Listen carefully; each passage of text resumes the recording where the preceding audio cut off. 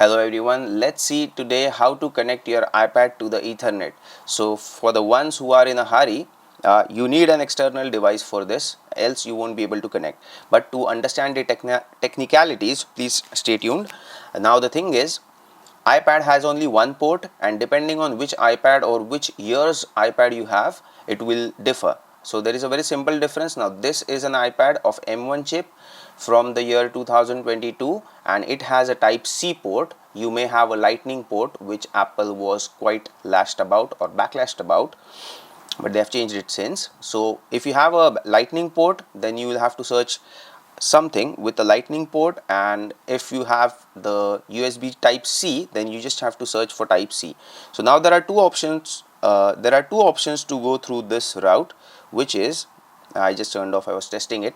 So yeah, so there are two routes. You can get a dedicated Ethernet port or a Ethernet connector like this, but I would suggest get something like this, because you will have another capabilities like connecting a mouse, connecting your USB cable, and then or any USB device for that matter. So it expands the capability of your iPad. So this is a type C to smart USB hub or whatever they call it. You can use this one or you can use the RJ45 one, and to enable that, it's very simple. To enable it, just go to swipe down and go to settings, and in settings you click on the Wi-Fi on the left menu. So your settings would look something like this.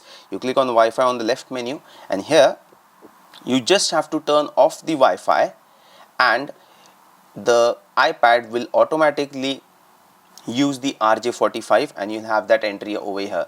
Now the one which I have is not working properly, that's the reason I cannot demo it, but this is how simple it is. I have shared all the links in the description to buy the best possible RJ45. Thank you for watching.